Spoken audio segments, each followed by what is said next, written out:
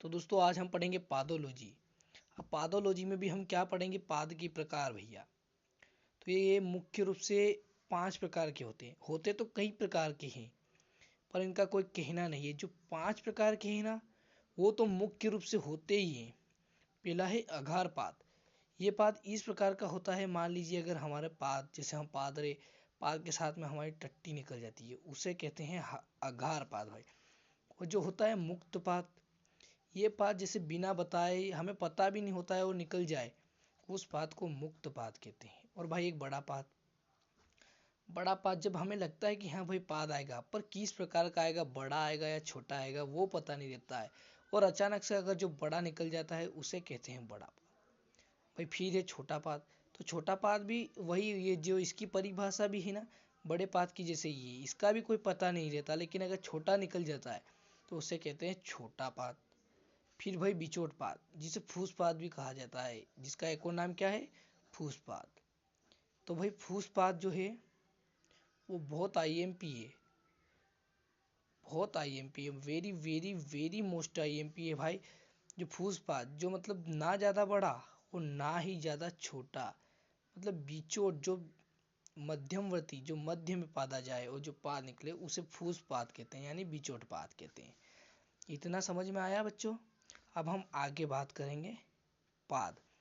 पाद की वॉइस भी पूछी जा सकती है आपसे, जो ये आघार पाद है इसकी भी पूछी जा सकती है। ये पाद भी देखो कैसे भी निकल सकता है, इसका भी कोई भरोसा नहीं, लेकिन जोर के साथ अगर टट्टी में निकला, ठीक है, अगर जोर से जैसे निकाला और टट्टी निकल गई साथ में, तो उसे आघार पाद कहेंगे। ठीक है दोस्तों।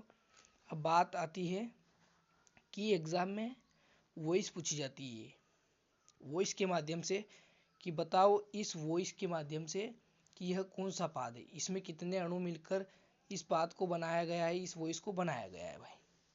तो अगर मान लो जैसे ये वॉइस है, कौन सी, ये वाली, ठीक है, ऐसे करके ये वॉइस है भाई, लैपटॉप में ली जाएगी एग्जाम, तो ये वॉइस है। अब ये वॉइस मान लो ये वाली वॉइस है, इसमें ये वाली वॉइस, तो अब ये वाली वॉइस अब बताएंगे कि बताओ इसमें कितने अणु। तो भाई 3 4 एक छोटे पाद, 3 4 एक छोटे पाद और 2 बड़े पाद,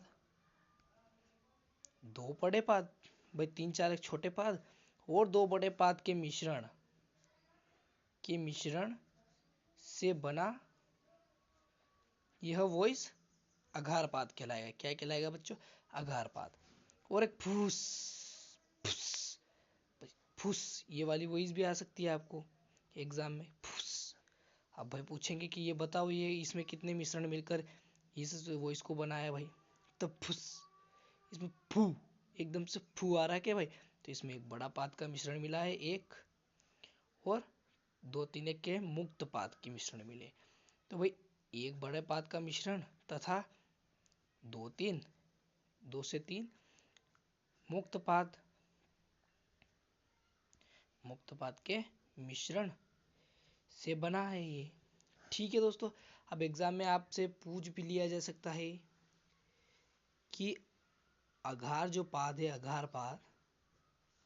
आघार पाद को सिद्ध कीजिए और डुंगी का नियम लिखिए भाई, डुंगी। तो भाई डुंगी कौन थे, डुंगी ने क्या कहा था, ये डुंगी का नियम जो है, डुंगी ने क्या कहा था ये तो आपको नहीं पता है। तो डुंगी ने क्या कहा था कि एक छिद्र से निकलने वाली वह हवा, एक छिद्र से निकलने वाली वह हवा जो जोर के माध्यम से टट्टी को बाहर कर दे, वही तो डुंगी का नियम है। क्या है डुंगी का नियम, वही तो है कि एक छिद्र से निकलने वाली जोर, जो पाद के साथ अगर टट्टी निकल गई, उसी को डुंगी का नियम कहते हैं दोस्तों। अब इसको सिद्ध करना है तो पाद को कैसे प्रदर्शित करते भाई, पी से प्रदर्शित, बड़े पाद, ये बड़ा पाद, इसको P1 से करेंगे भाई। हम सारे पाद को एक साथ P से प्रदर्शित करते हैं, लेकिन पाद के प्रकार में आघार पाद जो है वो सबसे बड़ा मुख्य रूप से है, लेकिन उसे हम P1 से प्रदर्शित करेंगे दोस्तों। अब इसे निकालना है तो पाद बराबर एक, फिर दूसरे नंबर पे कौन सा पाद आ रहा है, मुक्त पाद, तो भाई P2 अपॉन में P3, इसके भी अपॉन में P4 अपॉन P5, भी सब छोटे हैं इसके।